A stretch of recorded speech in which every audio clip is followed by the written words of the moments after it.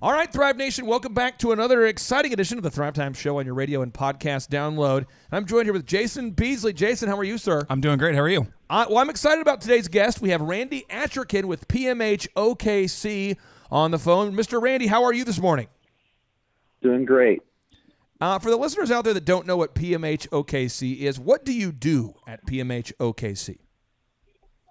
Well, we pretty much do anything outdoor living. You walk out of your back door, whatever you see out in the backyard is pretty much what we do. Pergolas, pavilions, fireplaces, hardscapes, all that kind of stuff.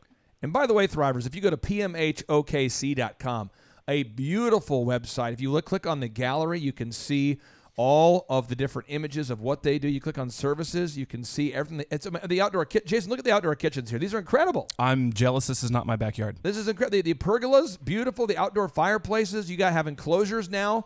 For Randy, you make enclosures for outdoor TVs. Am I correct? Yes. Yeah. Actually, we're making those and selling those all over the country now, and they're pretty much completely waterproof and 100% cedar.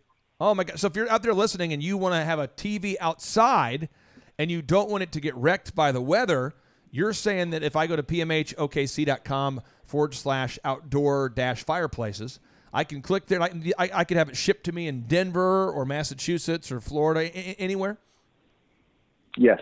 Wow. Now, Absolutely. Randy, I met Randy because, Randy, your friend Bronson, the State Farm insurance agent, he's the one who told you about us. Am I correct? Yeah, he brought me to the conference, and immediately I knew there was some synergy between me and you, and yeah, I've gone to every single one of them since and do coaching now. Well, it's amazing. Your company is growing. You're having great weeks, 6-figure weeks. So many exciting things are happening. But Jason, here's where it gets real. Randy, you've got great checklists, great systems, great website, a great wife named Amy. So many great things are going on. But what happens on your team if somebody doesn't deliver the product at the level of quality that you expect? If a member of your team refuses to deliver the level of quality that you expect? Well, first of all, we track everything. So every person's job and what they do is tracked, and so we can document that workflow of them changing, and then we'll sit them down, talk to them. We'll do some corrective action, some reinforcement, and then if they don't turn it around, then we just let them go. How has the group interview impacted your ability to not put up with people that don't perform at the PMH OKC standard? Well, I think it's a few things that I think the people that are already working there are on their toes a little bit because they know that people are coming in and for the same positions. But I think it's allowed me to not freak out whenever I have an issue or someone that quits. I can basically just plug someone in right away and or promote from within and hire their position. But it's given me peace of mind a lot. What's the difference between an A player and a C player, or a toxic employee and a good employee in your mind? Well, I think an A player just goes above and beyond. They get there early, they stay late. They're just winners. A C player is just a slacker, just basically does everything. They might do a few things that is required of them, but you constantly have to remind them. You are constantly correcting them, and they just have no energy.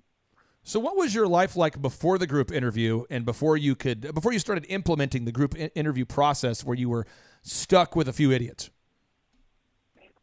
Well, the group interview has really been probably one of the biggest game changers for me because we were scheduling interviews 3-4 a day, and I was blocking out, drive time and everything back to the office. Brutal. I was blocking out almost an hour per interview, and I would say probably 1 out of 10 of them would show up. Terrible. So now we just do it once a week, and we have, a dozen people come in, and I take an hour out of my whole week, and just that vetting process has been crucial. Now, Jason, you work with a lot of great clients that initially have some pushback about the group interview. Yeah. and about firing idiots. What is the final question you would have for Randy as it relates to because, again, PMH OKC is a great company because he has great people now. Mm-hmm. He has great people on his great team. That's why it works. Yeah. But if he had a great website and a great brand and he could make these great outdoor TV enclosures, but he had bad people, it wouldn't work because nothing works unless people do. True. What question would you have for Randy, maybe on behalf of one of your clients that's struggling with implementing the group interview or firing idiots? So it's kind of a two-part question. So we know that we need to be doing the group interview because, like Randy said, he went from having an hour or more per interview to 1 hour a week, which that's beautiful. That is awesome. Oh, yeah. But so we know we need to do that regularly. But most people say, well, I have a full workforce right now. I don't want to get somebody's hopes up if they're applying for a job. So one, how do you handle doing the group interview when you have a full staff? Oh, wow. But then the second part is when it comes to firing the idiots, if you know that they're bad for business, which most people do, yep. The reason that most of my clients who are struggling with firing that person is they make it so emotional. So how do you put the logic into making that decision while staying away from that emotional avenue?